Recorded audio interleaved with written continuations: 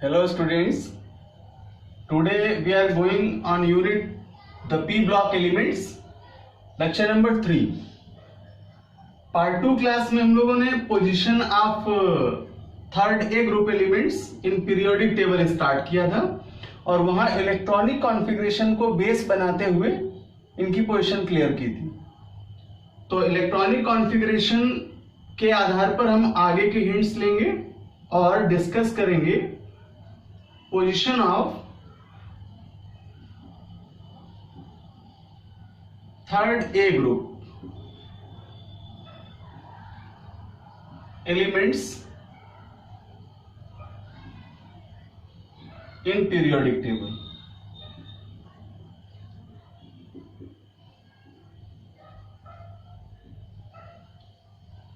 आवर्त सारणी में थर्ड ए वर्ग के तत्वों की स्थिति की विवेचना, और यहां पर सेकेंड हिंट लेंगे ऑक्सीडेशन स्टेट को.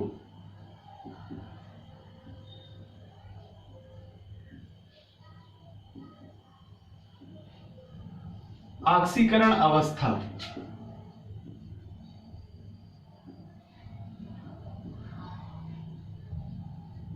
और डिस्कस करें जब ग्रुप के एलिमेंट्स का, तो हम लोगों ने कॉन्फ़िगरेशन में पढ़ा था कि इस ग्रुप के जो मेन एलिमेंट्स हैं थर्ड ए ग्रुप के, वे हैं boron, aluminium, gallium, indium and thallium. तो इन थर्ड ए ग्रुप के 5 एलिमेंट्स का हम स्टडी करें ऑक्सीडेशन स्टेट के बेस में, तो बोरान और एल्यूमिनियम ये दो ऐसे एलिमेंट्स हैं जो +3 ऑक्सीडेशन स्टेट को रिप्रेजेंट करते हैं, जबकि लोअर साइड में जाने पर ग्रुप में अदर जो एलिमेंट्स हैं गैलियम, इंडियम एंड थैलियम, इनका ऑक्सीडेशन स्टेट +1 एंड +3 के क्राइटेरिया में रहता है. So we says that upward to downward जाने पर इनका ऑक्सीडेशन स्टेट +1 की ओर प्राप्त होता है, जो कि एक प्रकार का स्टेबल ऑक्सीडेशन स्टेट है. और मेनली मेटल्स के रूप में यहां बोरान और एल्यूमिनियम है. इनके अगर एग्जांपल्स लें तो हम ऑक्सीडेशन स्टेट को समझ सकते हैं. For example suppose that aluminium chloride लें AlCl3, और अनहाइड्रस फॉर्म में AlCl3 के लिए Al का ऑक्सीडेशन स्टेट फाइंड आउट करें, ऑक्सीडेशन नंबर फाइंड आउट करें. देन AlX होगा, क्लोरीन 3 है, सिंगल हैलोजेंस के लिए क्लोरीन के लिए -1 एंड सबका total 0. Then X plus -3 = 0, then X = +3. तो इस तरह से हम देख पाते हैं कि यहां पर जो Al की ऑक्सीडेशन स्टेट है वह हमें +3 प्राप्त होती है. और इसी सीक्वेंस में जब हम नीचे आते हैं तो लोअर एलिमेंट्स +1 स्टेट भी रिप्रेजेंट करते हैं. इसी प्रकार अगर बोरान के हैलाइडो का एग्जांपल लें, suppose that BCl3 and BBr3, boron trichloride and boron tribromide. और यहां बोरान के संदर्भ में ऑक्सीडेशन स्टेट फाइंड आउट करें, then X plus 3 - 1 = 0, X plus -3 = 0, then X = +3. Boron के लिए ऑक्सीडेशन स्टेट +3 मिलेगी. बोरान ट्राइब्रोमाइड का भी सिमिलर इक्वेशन जाएगा. बोरान X है, ब्रोमीन 3 है, सिंगल ब्रोमीन का -1, सबका total 0, then X plus -3 = 0, then X = +3. तो इस तरह से हम देख रहे हैं कि इस थर्ड ए ग्रुप के जो मेन एलिमेंट्स हैं boron and aluminium, way +3 oxidation state प्रदर्शित करते हैं.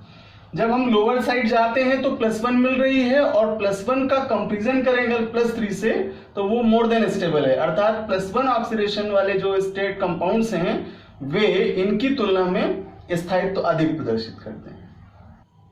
चलते हैं नेक्स्ट हिंट्स की ओर, और थर्ड सेक्शन में बात करेंगे हम लोग एटॉमिक रेडियस की.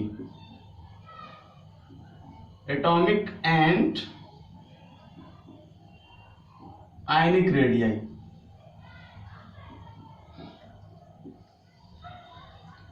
परमाणु और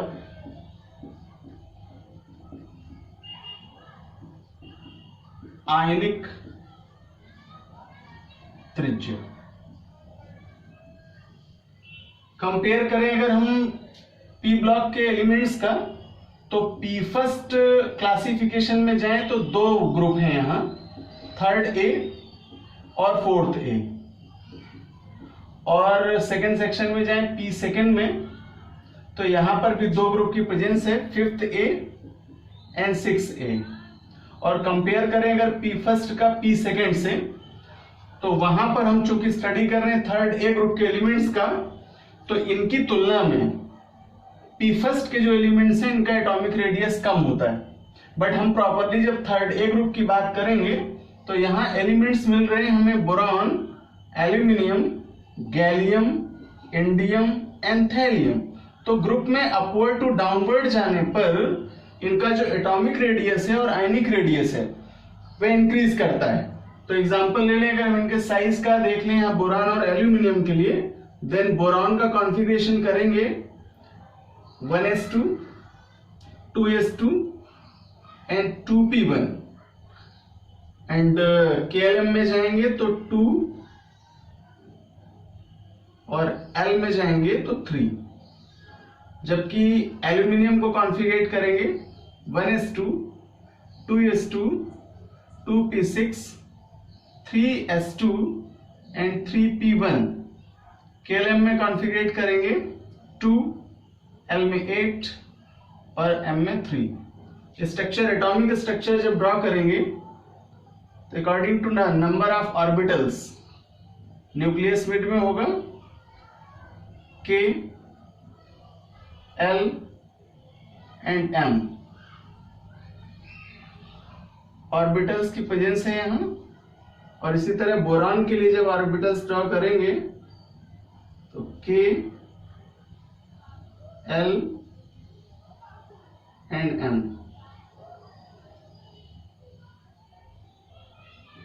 K, L and M।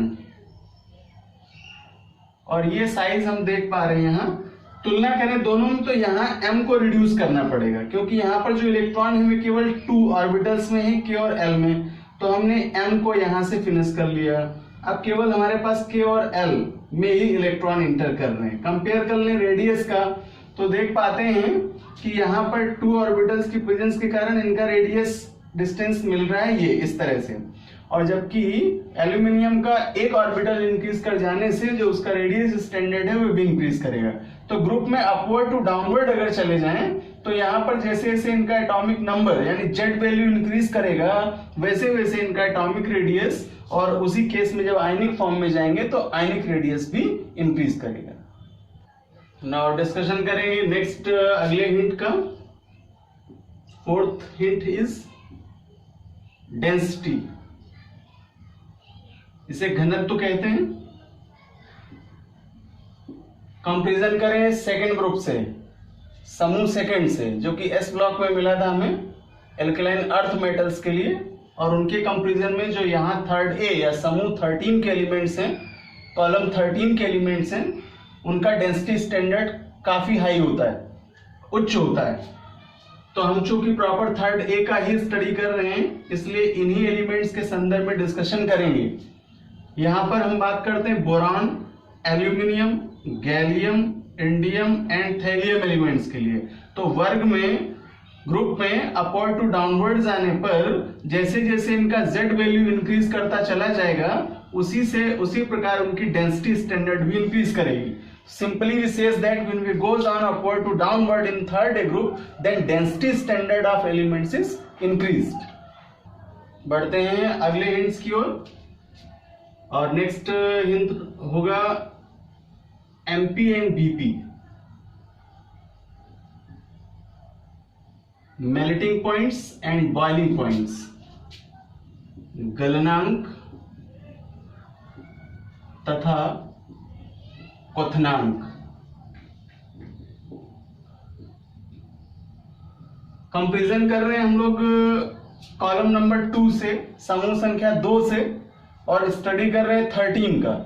Reason क्या है? क्योंकि एस ब्लॉक के जस्ट बाद हम लोग पी की स्टार्ट कर लेते हैं, जबकि हम स्ट्रक्चर में जाते हैं पीरियोडिक टेबल में देख पाते हैं कि वहां डी को मिड में प्लेस किया गया, बट एस के बाद हम पी का स्टडी करते हैं, इसलिए कंपेयर करते चलते हैं सेकेंड ग्रुप से। कॉलम नंबर 2 की तुलना में जाएं तो यहां समूह 13 के जो एलिमेंट्स हैं जिन्हें हम लोग ग्रुप थर्ड ए रिप्रेजेंट कर रहे हैं, इनका एमपी और बीपी स्टैंडर्ड उच्च होता है, हाई होता है। बट ग्रुप में जब हम स्टडी करते हैं प्रॉपर एलिमेंट्स के लिए, तो यहाँ बोरॉन एलिमेंट्स ऐसा है जो बाकी की तुलना में एल्यूमिनियम, गैलियम, इंडियम और थैलियम से बीपी और एमपी स्टैंडर्ड को मोर देन हायर रिप्रेजेंट करता है, उच्च प्राप्त होता है। तो कह सकते हैं कि यहाँ थर्ड ए वर्ग में बोरॉन एलिमेंट्स जो कि मेटेलिक फॉर्म में है, यहाँ इसका एमपी और बीपी अदर एलिमेंट्स के कंपैरिजन में हायर होता है। रीजन क्या है? स्टेट में अगर चलें हम तो मोस्टली 2 स्टेट में यहां हमें एलिमेंट्स प्राप्त होते हैं, सॉलिड एंड लिक्विड। और जब हम इनका मॉडल स्टडी करते हैं तो लिक्विड और सॉलिड्स के लिए हमने पढ़ा था कि ठोस सब्सटेंस के जो मॉलिक्यूल्स हैं उनका जो गैप है वो बहुत ही कम होता है, और जबकि लिक्विड फॉर्म में जाएं तो सॉलिड की अपेक्षा कुछ दूर दूर होते हैं। इस तरह डायग्राम के माध्यम से मैंने स्पष्ट करें। 2 मॉलिक्यूल्स के बीच जो प्लेस गैप है उसे इंटरमॉलिक्यूलर स्पेस कहते हैं, और यहां पर सॉलिड के लिए जो ये स्टैंडर्ड है वह कम होगा, जबकि लिक्विड के लिए ये गैप मोर देन होगा। तो रीजन क्या है कि अट्रैक्शन फोर्स के कारण जो बोरॉन है वह एमपी और बीपी को हायर स्टैंडर्ड में सेट करता है। और दूसरी बात, बोरॉन रिप्रेजेंट देयर ट्राइमेंशनल स्ट्रक्चर, त्रिआयामी संरचना को प्रदर्शित करने वाला मेटल है, और यही रीजन है कि ये थर्ड ए ग्रुप में है, इसका गलनांक और क्वथनांक उच्च होता है। कंपेयर करें ग्रुप के एलिमेंट्स का तो बोरॉन से लेकर के गैलियम तक के एलिमेंट्स के लिए एमपी और बीपी स्टैंडर्ड डिक्रीज करता है, घटता जाता है, डिक्रीजिंग ऑर्डर में रिप्रेजेंट होगा, और फिर उसके बाद थैलियम तक इंक्रीज करता है। तो यहां 2 पार्ट कर लिए हमने, एक हो गया बोरॉन से लेकर के गैलियम तक का और दूसरा हो गया थैलियम तक का। ये 2 सेक्शन हैं जिसके आधार पर हम यहां गलनांक और क्वथनांक की स्टडी कर सकते हैं।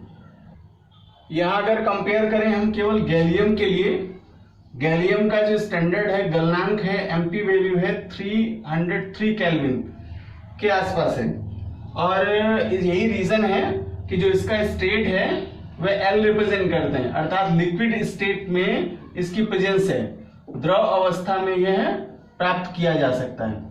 और इसका रीजन क्या है? क्यों हम देख पाते हैं कि पूरे ग्रुप में अर्थात थर्ड ए ग्रुप में जो एमपी और बीपीज हैं एलिमेंट्स के लिए वे हमें चेंज होते हुए मिलते हैं। एक सेक्शन मिल रहा है बोरॉन से गैलियम, दूसरा मिल रहा है थैलियम तक का। तो क्यों परिवर्तित होते हैं? उसका एक राइट आंसर मिलता है कि वास्तव में इनकी फिजिकल स्टेट, कुछ हैं जो क्रिस्टलिक फॉर्म रिप्रेजेंट करते हैं, नॉन क्रिस्टलिक फॉर्म रिप्रेजेंट करते हैं, कुछ स्टेट सॉलिड में है और कुछ लिक्विड में रिप्रेजेंट करते हैं। तो इनकी फिजिकल स्टेट के चेंजमेंट के कारण यहाँ एमपी और बीपीज के परिवर्तन की घटना को हम समझ पाते हैं।